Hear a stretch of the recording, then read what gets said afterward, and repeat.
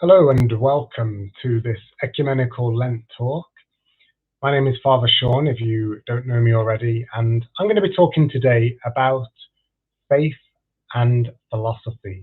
So this is part of the series on faith and reason, and I'd like to focus as reason on faith and philosophy. So I'm going to start by looking at a letter of John Paul II that he released in 1998 called Fides et Ratio, or Faith and Reason. And it was an encyclical letter in which he primarily addresses the relationship between faith and reason.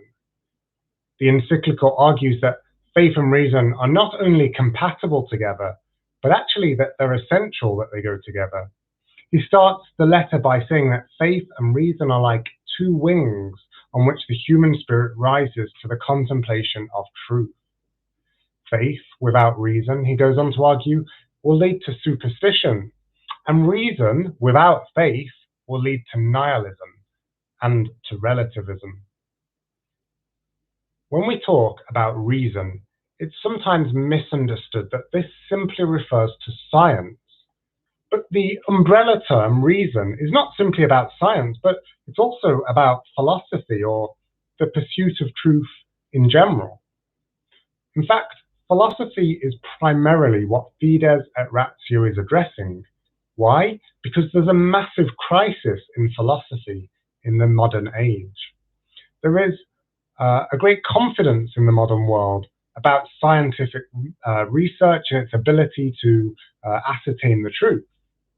We've seen and we've explored this in various different ways over the last few weeks during these talks. However, in today's world, there's an equally massive lack of confidence in philosophy. Philosophers have almost given up seeking to discover objective answers to questions such as what is truth? What is being? What separates the human person from the rest of creation? What's the right and the wrong thing to do? What's the meaning of life? And to what final end or purpose are we directed? And the focus of philosophy now has just become very subjective and very critical. For example, the most fundamental axioms are now challenged. Even the principle of non-contradiction is brought under question, the idea that something cannot be true and not true at the same time. There's no longer any objective or intrinsic discoverable meaning or purpose or significance to the human person. Even the very idea that there's an objective difference between male and female is now brought under question. There's no longer moral truth, which is out there awaiting to be discovered, but there's my own opinion and your own opinion, both of which are just to be constructed or to be deconstructed at will. Well, let's ask then, where does all of this originate? We could argue it begins with Descartes and his famous inward turn when he said, I think, therefore I am. And in this expression, he sums up the beginning of a movement in philosophy away from God and objectivity, away from being and towards subjectivity, towards a movement inwards, a reference inwards to the person being the point of reference for truth and for being, and not something external to the person.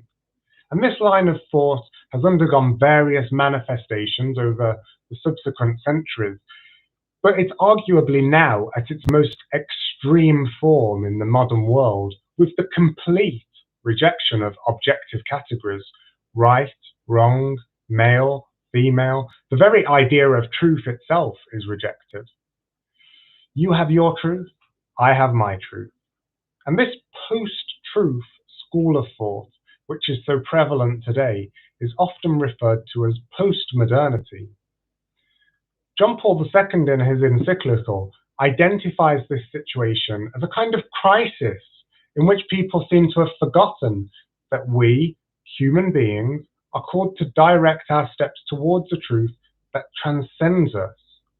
Reason, rather than voicing human orientation towards truth, he says, has now wilted under the weight of so much knowledge and little by little has lost its capacity to gaze on the heights, not daring to rise to the truth of being. Abandoning the investigation of being, modern philosophical research has concentrated instead upon human knowledge. Rather than make use of human capacity to know the truth, modern philosophy has preferred to accentuate the ways in which this capacity is limited and conditioned. They're the words of John Paul II. And then if we were to ask ourselves, what are the consequences of this? Well, he says this, that everything then becomes reduced to opinion, and there is a sense of being adrift. While on the one hand, philosophy ignores the radical question of truth about personal existence, about being, and about God. And hence, we see widespread distrust of human beings' great capacity for knowledge. And with false modesty, people rest content with partial or provisional truths, no longer seeking to ask radical questions about the meaning and the ultimate foundation of human, personal, and social existence.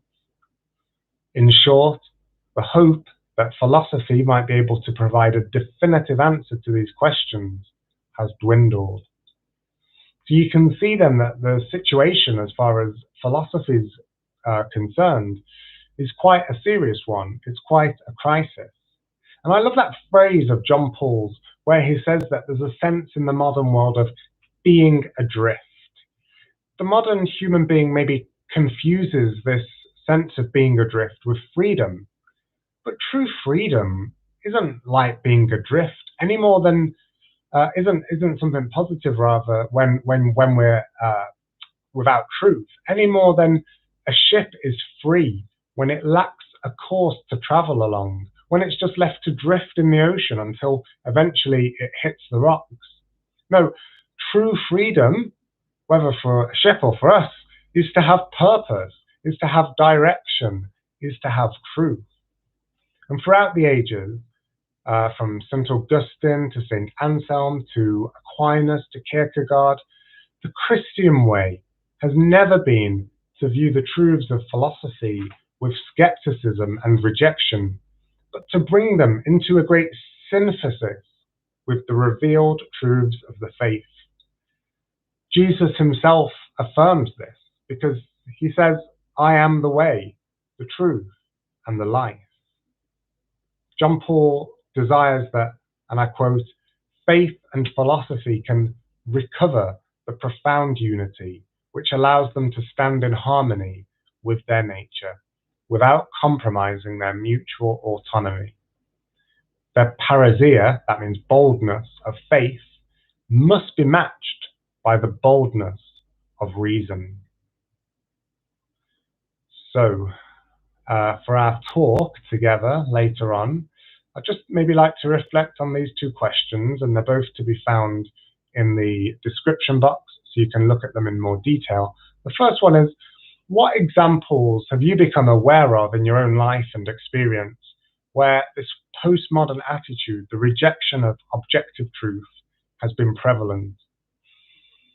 And the second question is, in a world where there are so many people crying out for the truth but unable to find it, in what ways can we respond with confidence and clarity with the truth to be found in Jesus Christ?